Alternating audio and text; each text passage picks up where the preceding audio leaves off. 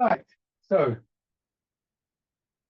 just a few moments, simply standing and give yourself time to really consider the posture, both from a point of view of obviously of physically improving your posture, finding a posture that enhances the experience of the movements, but also to practice this process of gathering your attention. So there are different elements to the posture that we can identify for ourselves. And obviously that's going to change with your experience. If you're watching this on YouTube and you're new to this, then it's going to be very basic, but also very fundamental, very important stuff. You're more experienced about the other elements that are more subtle that you come across in other places. And in a sense, it's almost like if you're going to pack a bag and you get everything out and you put it on the table so you know what you're going to get in the, the, the bag. So it's not just a physical thing, it's also to practice how we can gently draw our attention in. And I'm talking about gathering, I'm trying to avoid the word concentration. So basics, your feet are below your hips, not too close together, not too wide apart. Weight is slightly forwards in your feet. This is exaggerated, but focusing around about the boards of your feet, if you can do that, and just allowing your hips to drop back, knees to soften, so that you come to a level position with your weight slightly forwards, giving you a longer, broader feeling in your back. 50% of your weight in each leg and feeling supported, your legs supporting the whole of your body, of course. This longer, broader back supporting the front of the body. So try not to pull your belly in, tighten the chest. And if you can focus inwards a little bit more, a sense of your skeleton having come into line with the pull of gravity, actually able to support you and to support your shape. So for instance, if you manage to relax your shoulders and chest a little bit, you still have a chest cavity because the rib cage is there.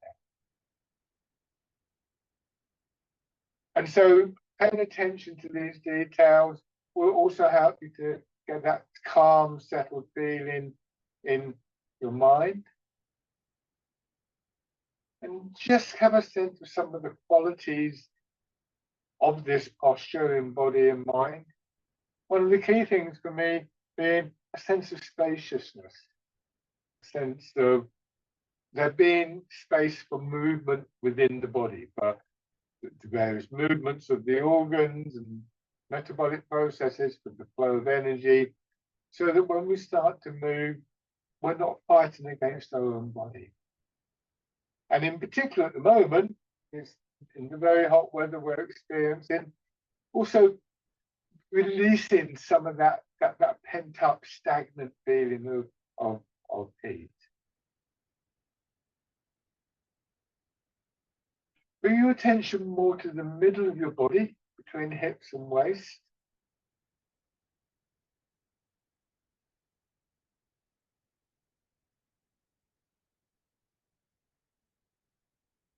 And start to turn in that middle part of your body.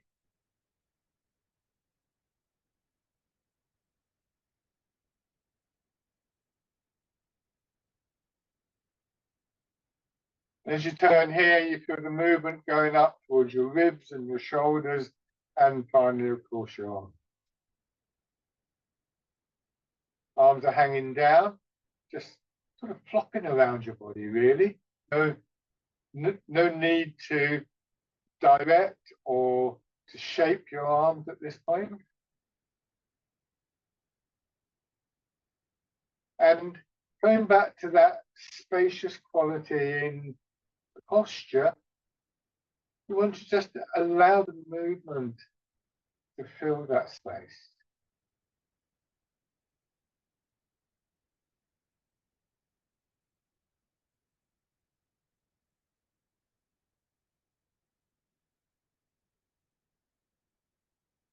So it's a very light movement. One of the images sometimes used for this kind of aspect of Tai Chi is it's like a weather vane blowing in a light breeze.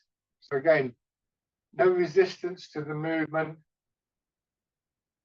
And we can imagine moving through water to provide that sense of a soft resistance that's characteristic of Tai Chi. But we can also imagine moving like water, finding the path of least resistance, allowing the movement, the energy to fill whatever space is there without straining for more. And over a period of time, of course, like water running down the hill, there'll be the channels get bigger because the water erodes and dissolves the soil. You will get a greater range of movement, but be patient with that. Give your body time to prepare for the joints and the muscles to begin to work. And again, particularly in the hot weather, they might tend to swell up a bit, but as we start to move and blood starts to circulate, that helps to disperse that heat.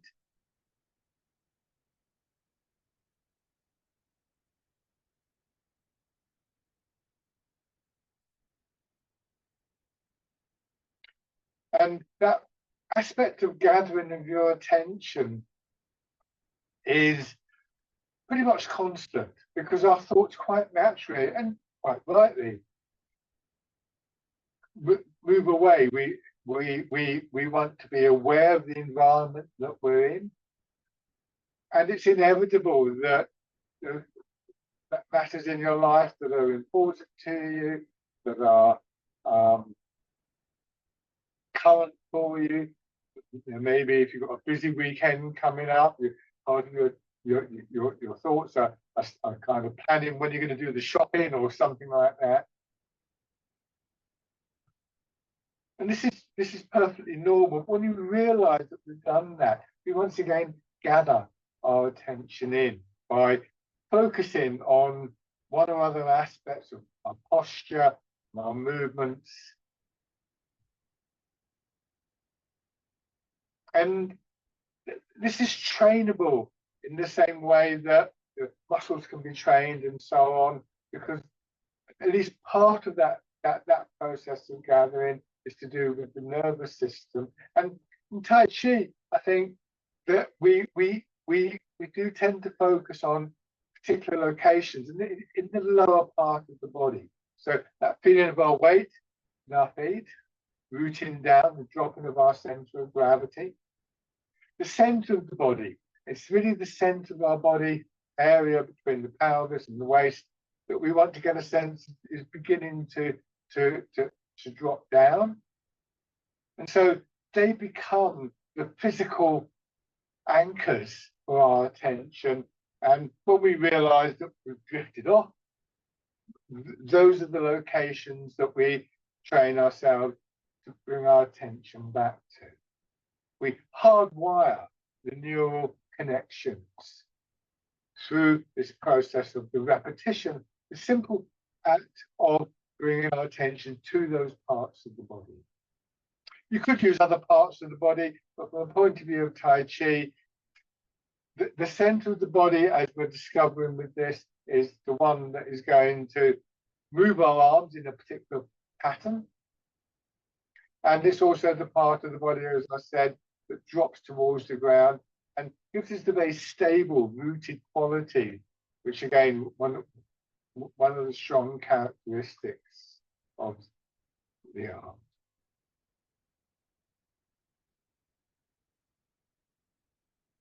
So this is a good exercise to practice. Very simple. It's a good morning exercise because it has to have a mild aerobic quality. It affects your breathing and circulation. And it's also a very good one because of its simplicity to focus on those basic fundamental qualities that we find in Tai Chi that are actually the things that we're practicing for, I sometimes think. These are the things that we will take into our daily lives. So reviewing those, reminding ourselves of those at the start of the day is always a very useful practice. Now, turn your hands palm out, raise them up a little.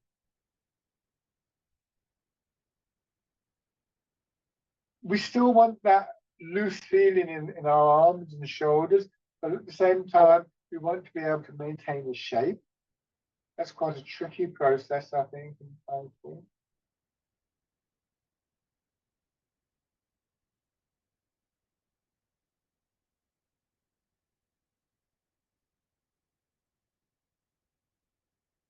Good, and then drop your hands down.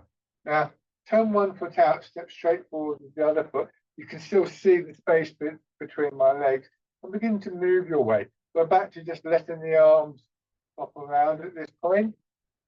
Strong focus of attention in your legs transfer the weight.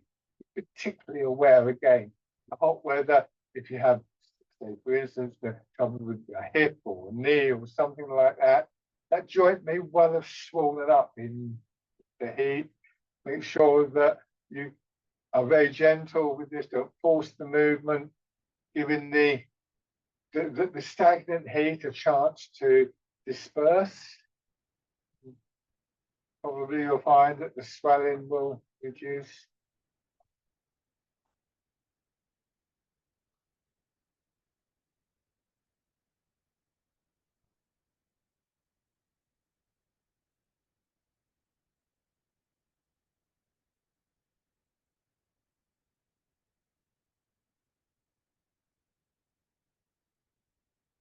And then on the other side,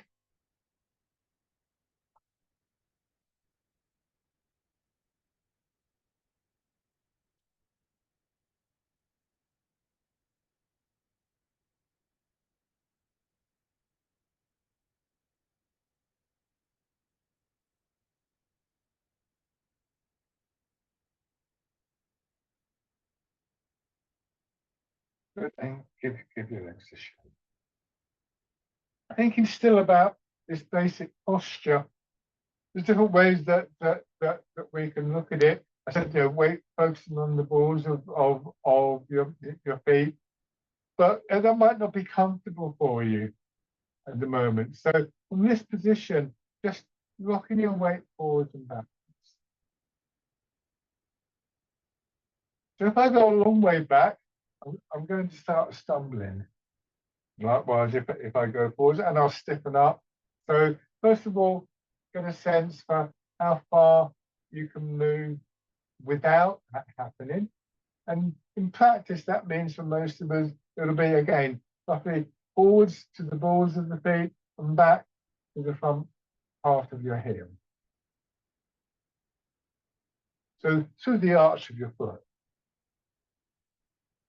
Imagine you've got a straight line going through the middle of your body, all representing that. Two things to think about with this. One is you can see when I go forwards, I'm trying to maintain that alignment. So the pole goes, this isn't going roughly from shoulder to hip to the ball of my foot and here. It's moving with me. So I'm not doing this or this. Trying to keep that alignment. And the other way we can make use of this idea is that if I go forwards and I leave the pole behind, I can think of this as being like the mooring post that a boat is tied to in the sea. I will move away from it, but I don't move away too far. It stops me going on the rock. So this image actually can be a parallel to the idea that I was talking about of our thoughts going out and coming back. This is a very distinctive rhythm in Tai Chi. The outward going movements will be described as yang, the incoming movements as yin. And just see if you can identify for yourself some kind of point of equilibrium. Again, with this theory, I could find a position, I could arrange this pole, and I could just walk away from it and it would stay there. In practice, it's going to be a lot more difficult, but the theory is there. What I could also do is I could attach this little guy ropes that we might use for a tent touching a couple of the guide ropes, peg them out, and then that will help to sustain this this upright pole. And you can begin to think of some of the soft tissue of your body, muscles, tendons, ligaments, fascia, as being a bit like those guide ropes. So no one factor is going to complete the posture. It's not a shoulders holding up, it's not the center line, it's not the muscles, it's the combination of all of these things. So the effort of coming to an upright position and the effort of moving is dispersed through the body, spread through the body. So finding that point of equilibrium, and if you can, again, have it slightly forwards. I'm exaggerating this now. And when we're at a slight angle forwards, our body picks up very quickly that we're in danger of falling, and it tries to correct. A very common form of correction is to pull the shoulders back like this, puff the chest out. But this isn't good for the back. What we try and do in Tai Chi is, and I'm exaggerating so you can see it, we allow the hips to drop back and the pelvis to level off, and just softening the hips and the knees, bringing us to an upright stance, but one that has quite a lot of energy if the weight is forwards, because of this broader feeling in the back. So don't force yourself to be in any particular position. As I say, the traditional point is just behind the ball of the foot, but the body has to condition for that to be comfortable. So nothing should be forced in Tai Chi. And then let your hips drop back a little bit more and push it up. Just remind yourself of this principle of following the path of least resistance. Water flows around obstructions. And in the same way, our first response to any kind of blockage to the movement in the body is to try and flow around it. And like water, just allowing that movement to sort of dissolve the blockage. Allowing the movement, the energy to fill the space that gets created. Dropping down is allowing your center of gravity to drop. And when you push up, don't lift your center of gravity. We call it the root. And like a plant growing out of the root, when a plant grows up, it doesn't sort of carry its roots with it. It's the stem or whatever that grows up. So this feeling, again, the rhythm of expansion and then contraction. Bring your hands around as though you're cradling the ball. And as you push up, let that push your elbows out. Bringing your hands up. Turn your hands over as though the ball is now underneath your arms and like you're just pressing it down. Pushing up, expanding, contracting.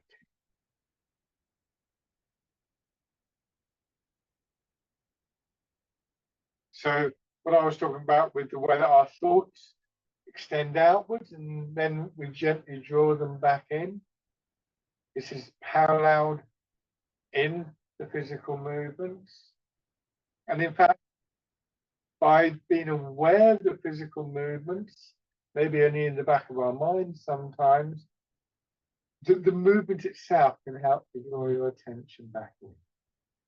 So mind and body very much interacting here. This is not, there isn't one side of that equation that is dominant. But it's not our minds first and then our body, the other way around. It's not mind over matter.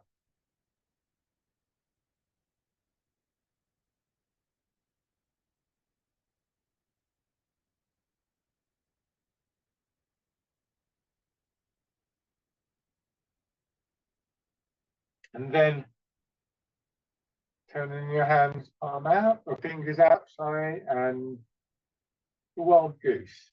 Maybe appropriate to make use of this image of the bird in flight.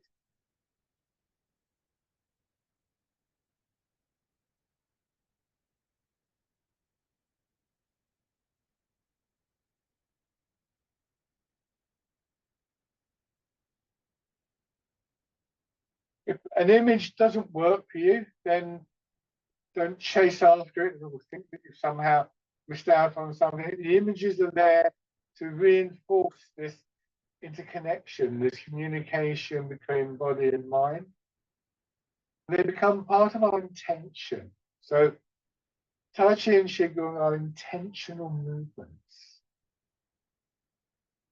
not random movements. They're not movements where we can just drift off in our minds, though that can happen very easily. The idea is to stay alert with your attention in your movements and to have the intention to do a particular movement. That's obviously going to come more easily to people with a familiarity with the movements of the routines. Then parting the cloud, hands crossing in front of you, pushing up, expanding from the soles of your feet to your fingertips and contracting back down. Again,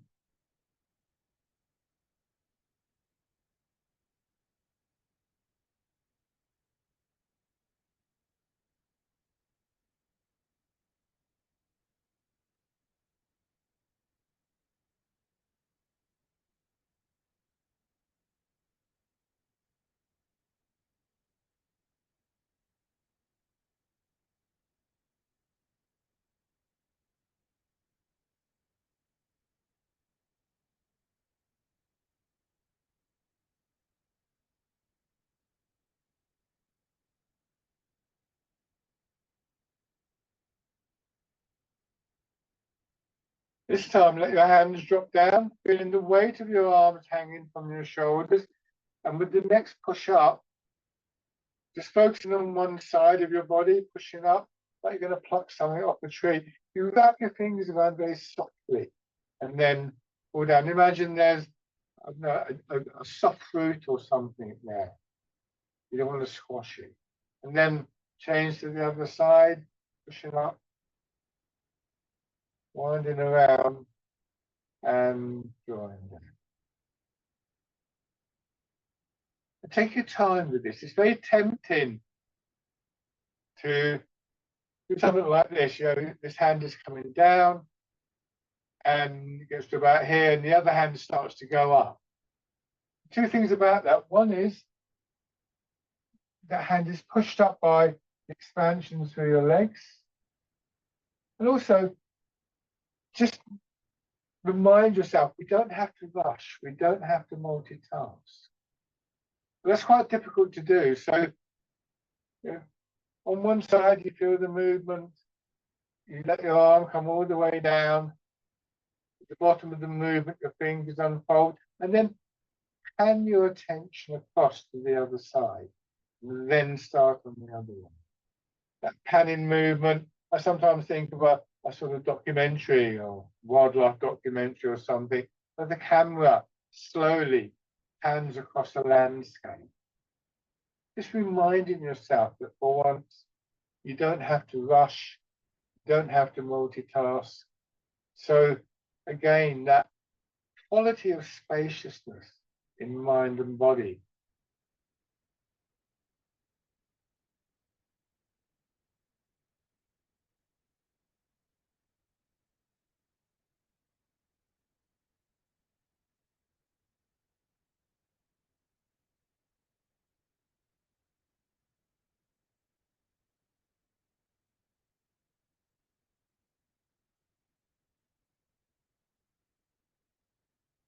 One more time.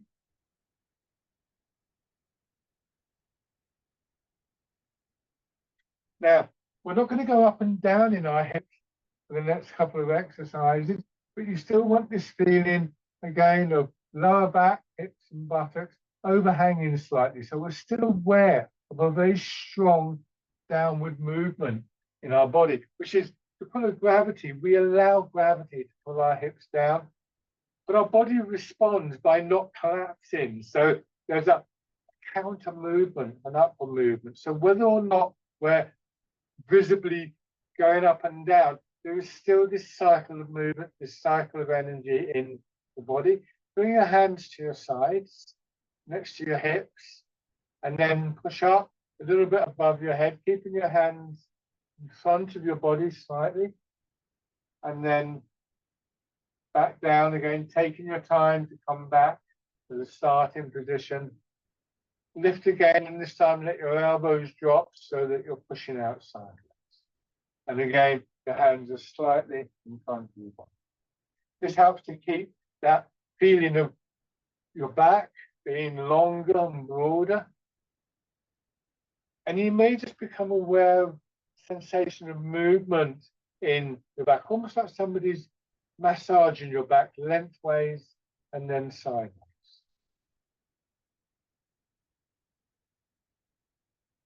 And again, we have that lovely rhythm, expanding, extending outwards, contracting. Your hands actually come back to that central part of the body. So this exercise can really help to emphasize that process of return.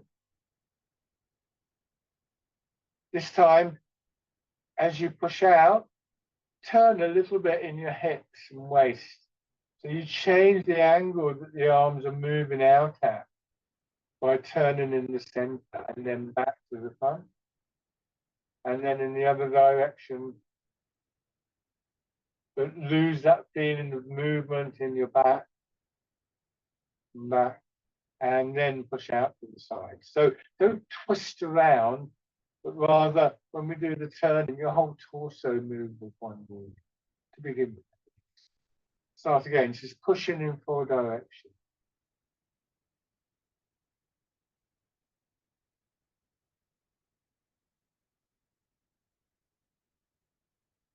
Trying to just be aware of the pattern of the movement, the external pattern, the choreography of the movement, but also patterns of movement within your body. Where do you feel the effect of the movement?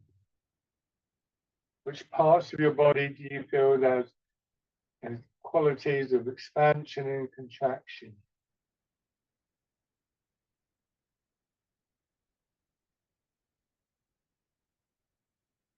And again, particularly people with a little bit more experience,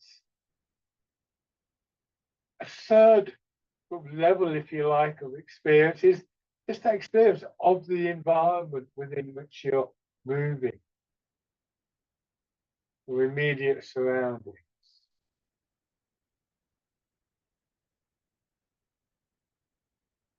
So Tai Chi has written into its basic patterns this idea of an extension, a movement outwards, whether it be physical or in our minds, both, followed by a movement inwards. Again, yang, to yin, to yang.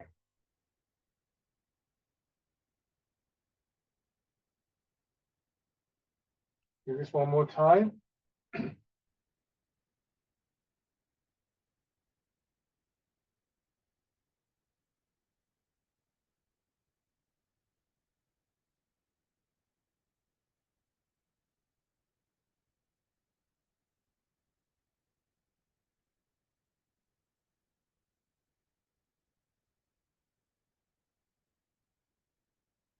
Hands come in, and then once again dropping down.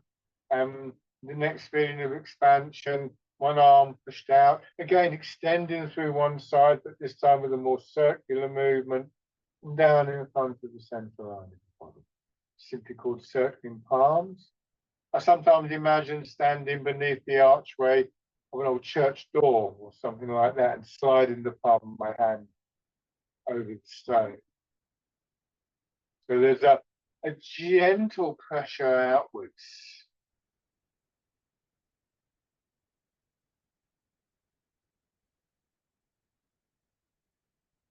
And then, if it's comfortable, once again, without twisting up your back, turning.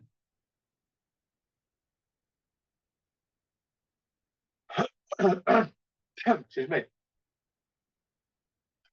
So each movement, each exercise does have its own very distinctive patterns and resonances within your body, but it also shares very important common principles with all the other exercises. This time we're going to change sides. And you could, in fact, just by pushing the heel of your palm down, see how the movement builds, getting away from the idea that you have to struggle to lift your arm. Expanding out, drawing your fingers back, your arm will naturally circle up.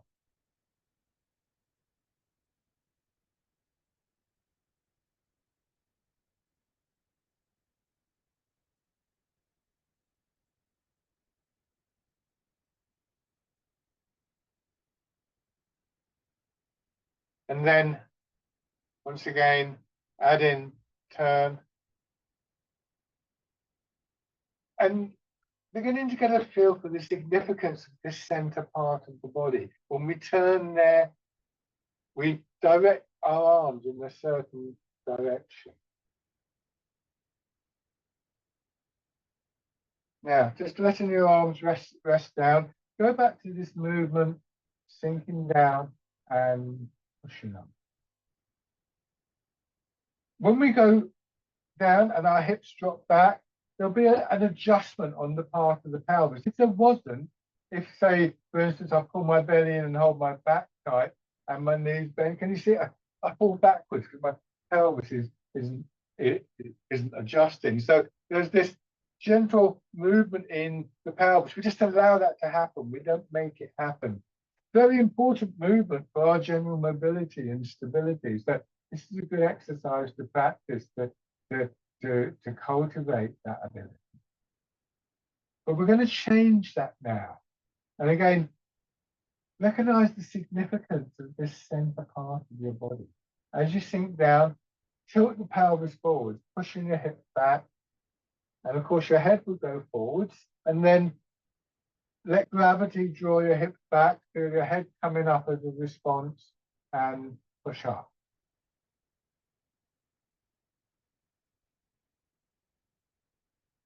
Don't pull your head back, don't strain in your neck or your back to come upright, but rather letting gravity drawing your hips down. So it's a bit like if this is the center line of the body, it's a bit cumbersome this, but and I wanted the tip of the pole to come up, I could push down on this side and it will come up, almost a kind of leverage principle.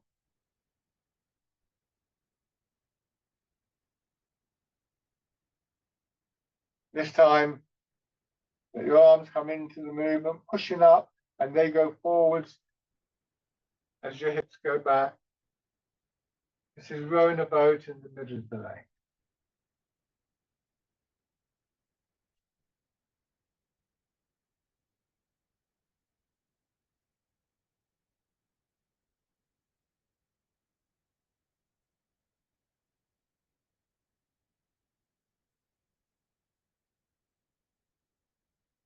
Very careful with your back and your knees. Only move as far as you're comfortable. Remember, we want the movement to fill the space that's there. And then another exercise using the same principle, combining the horizontal and the vertical rotations in the center. You turn, you push your hips back, and that pushes your hands forward. Swing your hips across and come back to the center. It's called polishing the table.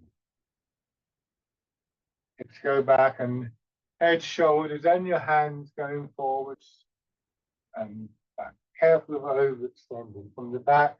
So you can see what my hips are doing here. Going back, around, and back to the upright position. Again.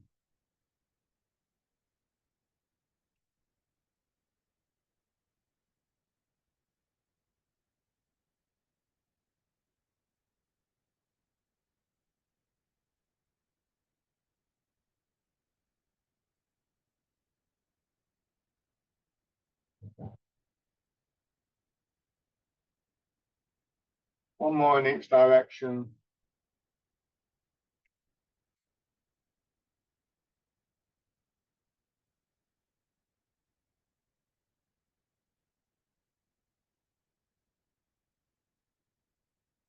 And as we come to the upright position, allowing our hips to drop back can mean that we come to an upright posture without the same sense of strain that we often associate with standing up straight. Shake hands. So once again, those last few exercises really emphasize the significance of this central part of the body, sometimes referred to as the lower dantian. It's said to be one of the principal centers for the body's energies, where the body's energy is often stored. It's the hub of the wheel, it's often described as. When we turn, our body turns. It connects all parts of the body. So like the hub of a wheel, the spokes of a bicycle wheel all radiate out from the hub and go back into the hub. When we want to turn the wheel, we simply turn the hub and all the spokes move as one unit. But it's three-dimensional, as we discovered in those last two exercises. It's not just a horizontal movement, it's also a vertical movement. So all sorts of reasons to develop that sense of bringing your attention into your center and from there down into the ground. That's in that, so it becomes a kind of habitual movement. Okay, so we're going to stay in the parallel stance for one more exercise. You might want to be a little bit wider for this, and you'll notice that I've just turned my feet. And now moving your weight from one leg to another. You're going to about 60% of your weight in what we would describe as full leg. Trying to maintain that upright quality in your body. So again, if I demonstrate this with the pole, you can see I'm going to have it in front. As I move across, it's this and this.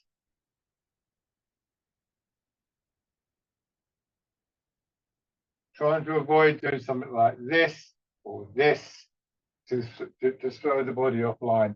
And if we can learn to move from the ground, we're more likely to retain our alignment in move. And we retain this posture and we get a sense of the energy once again flowing. So earlier I said about the pull of gravity down through your body, the response of the body with movement upwards. It's a very important kinetic energy that we work with, as is the transfer of the weight. And they're really related. You're settling into one leg, you feel the push up, you let it push you across rather than up and down. Before we were going up and down.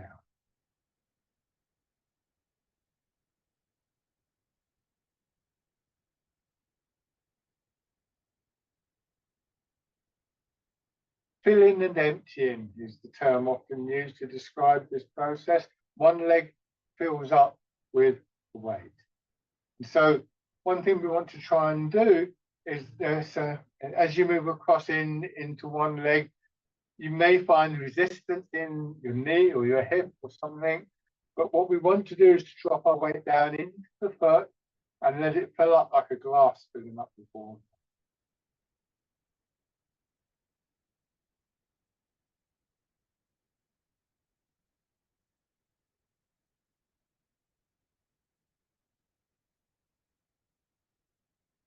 Now, go into your left leg, so mirror my movements, and once again step forward with your right leg. Again, keeping the width of your step. And do the same thing going forwards and backwards. The weight distribution that we're looking for here is that when we're forwards, it's 60% of the weight, the front leg. When we go to back, it's 70% in the back.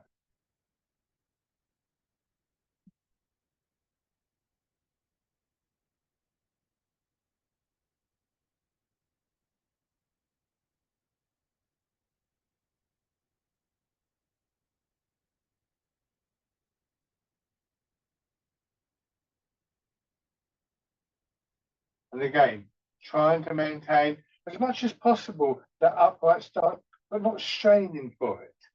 Remember, I described it as being that central pole with the guide ropes. Give yourself time to develop that aspect of the posture. Go into your back foot and then just let your front toes come up a little bit. You can turn the front toes out a bit. Go forwards, and here, let the back knee bend in, and that will raise your heel. So now more of your weight begins to flow down through the supporting leg. When you lower your heel and your toes, so here, my heels come up, place your heel down, and before you move the weight, very gently press the foot into the ground. Same thing when we go forwards, you lower the ball of the foot and the toe, gently press in, and then move the weight.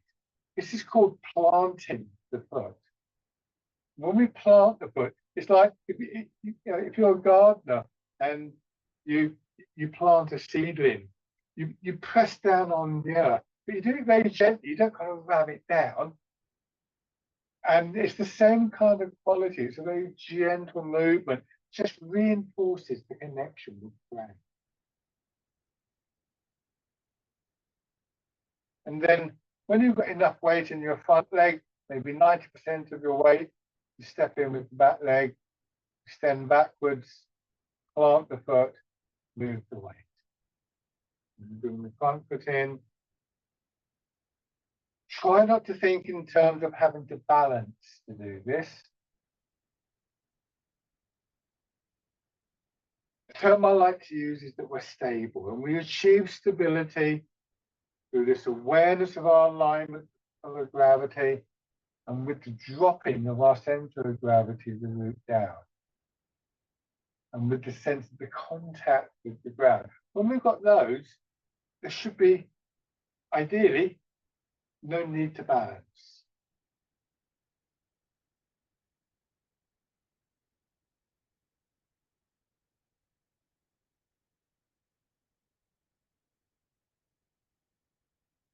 Okay, and shake out. Do that on the other side. Again, hip width. So you can imagine parallel lines. We sometimes talk about tram lines. You're on those lines with your feet.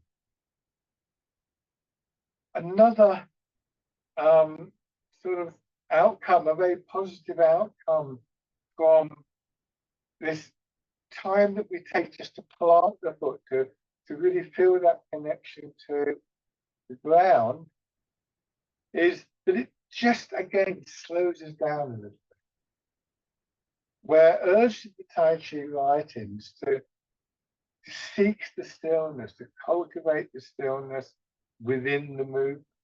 Again, the hub of the wheel on a bicycle stays still, the wheel moves around it. If the hub didn't stay still, you wouldn't get the quality of movement.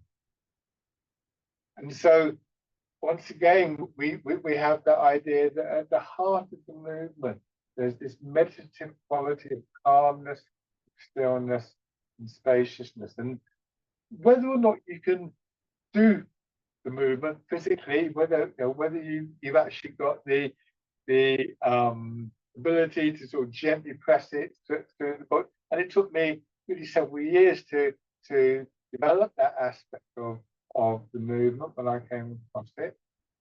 I can't do it all the time either, but when we have the intention to do that, it stops this becoming a kind of frantic, I've got to go forward, I've got to go back, I've got to go forward, I've got to go back. And I think this is one of the great benefits that we get from Tai Chi, is this losing this sense that we've got to do this quickly, we've got to do it now. And again, that relates to the sense of spaciousness in body and mind. And again, it's one of the great benefits I feel that we carry with us out of the practice session. So now, turning your foot out, and again, just knee bending, hip dropping, heel coming up, and then same thing here, except the knee doesn't really bend here. Gradually letting more weight move into the supporting leg, the full leg. Try to keep your pelvis level though. Remember, your pelvis is aligned correctly, you're more likely to maintain the upright side. So notice if you have a tendency to, for instance, tilt forwards to raise your heel. It shouldn't be necessary in theory, but it's a very common habit. And especially when we start to move the leg, to settle into your front leg, to contract the leg, and then expand. Like your foot moves closer to your hip and then extends out. It needn't involve your shoulders or your back or your arms to do this.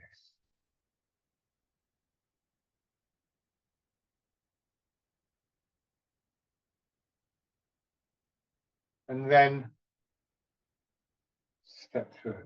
So you can go forward or backward, planting the foot, and then go forward. Another image is that you're trying to walk on thin ice. So what you're trying to do, you step through and you press gently to test the ice. Is it going to take your weight before you commit the weight? Or if you like, perhaps a good image for the hot weather we're having, that you're in the sea and there's a sandy bottom can move around. You don't want to fall in. So you're very careful about the placement of your foot.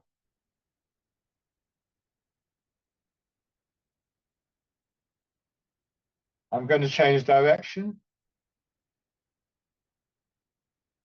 It's very easy to lose touch with what's going on in your feet, perhaps because they're a long way from the brain. So again, this is a really important exercise. Transfer of your weight and the step in worth practicing to improve the sense of connection and awareness with your feet and your legs.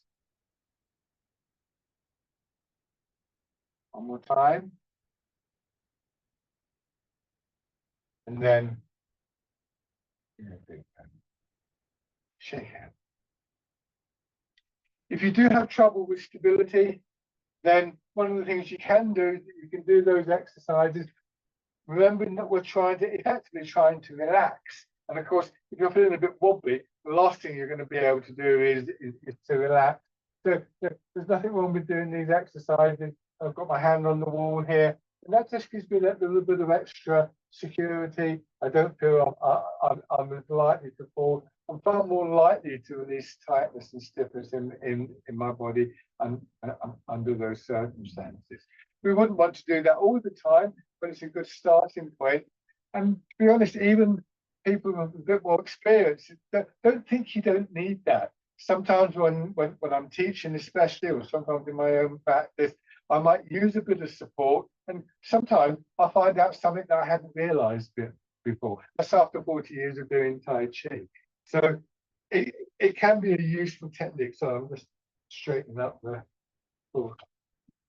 But now, have your right foot forwards. Move your weight into your back foot. Hold your hands over your belly. As you push forwards this time, it's like a wave, pushing your elbows out, and that will separate your hands. And they spread out a little bit, no higher than shoulder height. They don't come behind your shoulders. And then back. This is called pigeon spread foot. Feeling that wave expanding through your belly, solar plexus, and into your chest, and then draining away.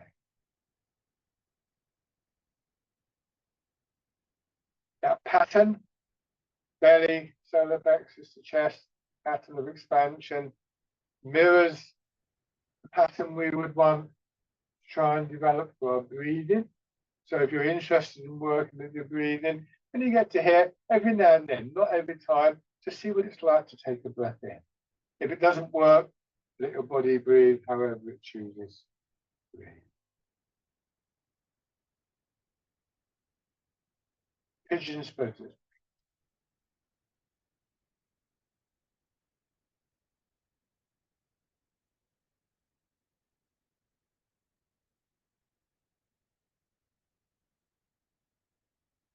One more time. And then let your hands drop down to their full length. Fisherman cast the net. Draw, pull in your arms through. Hips the shoulders leading. And just feeling the natural swing and curve in the fingers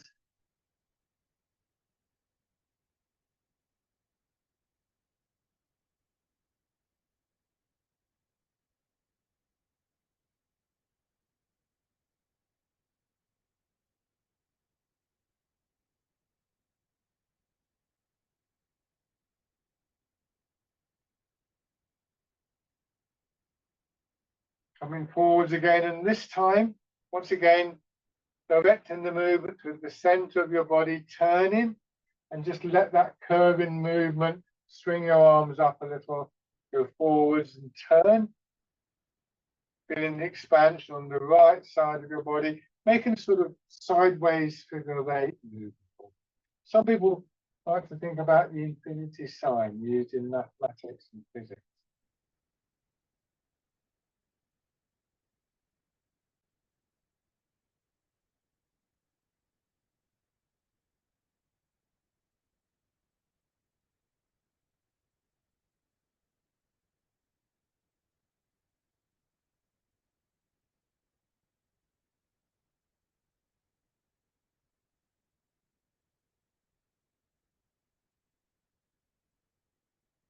One more time.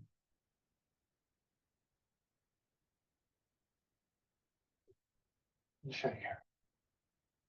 So now have your left foot forwards, hip width across your feet, about the same in length. Back foot is turned out, front foot pointing straight ahead. Once again, weight into your back foot and starting with pigeon spreads its wings.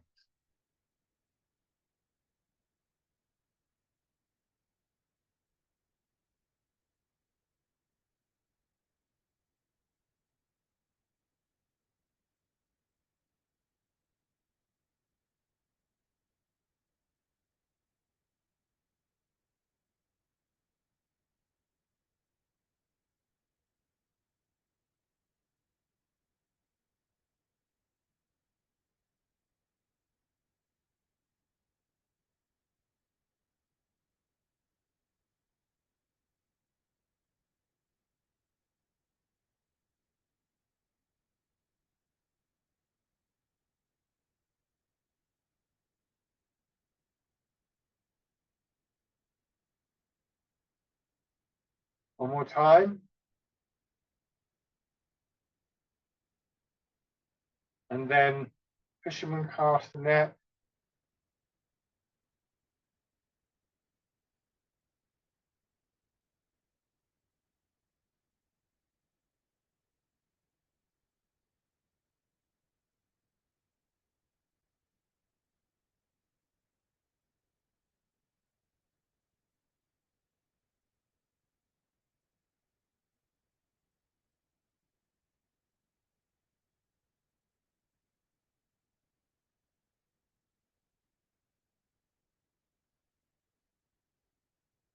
This time as you come back, turning, drawing your fingers across your body, expanding in the right side, and then easing forwards, drawing your hands down, expanding in the left.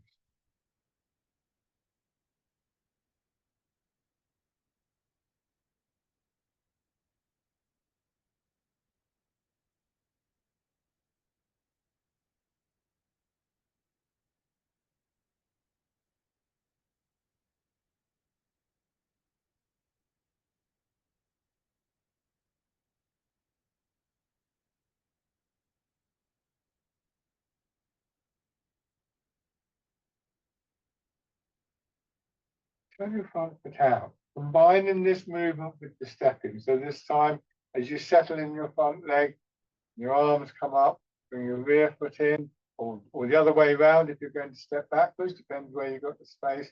Plant the foot and flow into it.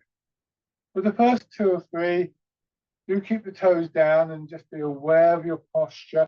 And if you feel comfortable with this, after a while, you may choose to just raise your knee and extend. You find that you start to wobble around and lose the flow of the movement when you do that, then my suggestion would be to just keep the toes on the ground. You can work on being able to raise your leg in this way separately in the way that I described earlier. I'm going to do one more going forwards. So I bump into the camera, I'm going to go back, planting the foot.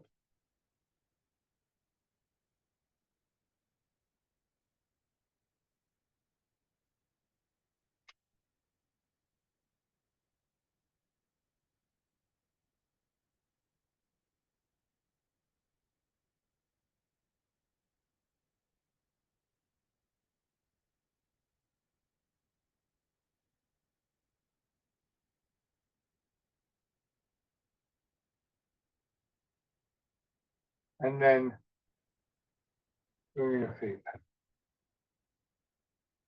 Give your legs a shake. Rubbing your hands together.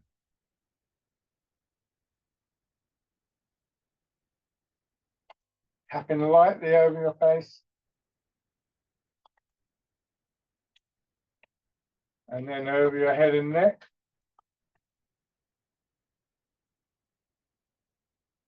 Down to one shoulder and your arm. And on the other side. The lower part of your back. And around your head. Your legs. Light on your belly. And on the upper part.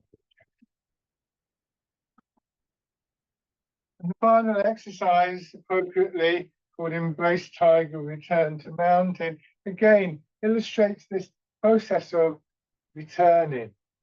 So back into the parallel stance, sinking down, come up a little bit like the wild goose, but here, bring your hands around so they're going to hold the ball against your chest.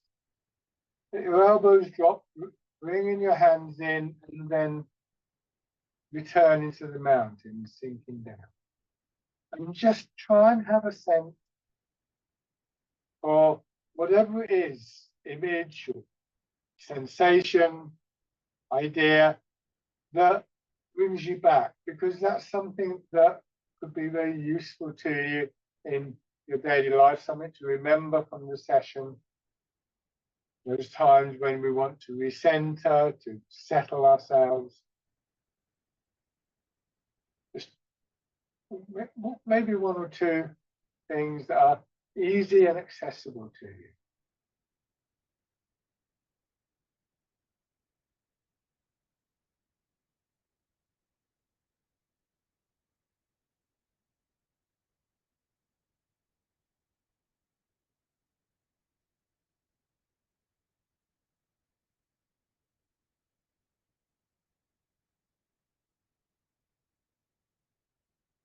And stand.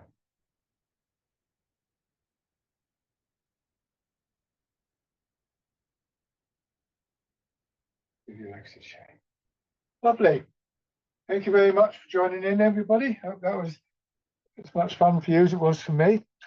Thanks for coming on to the class. Bye for now.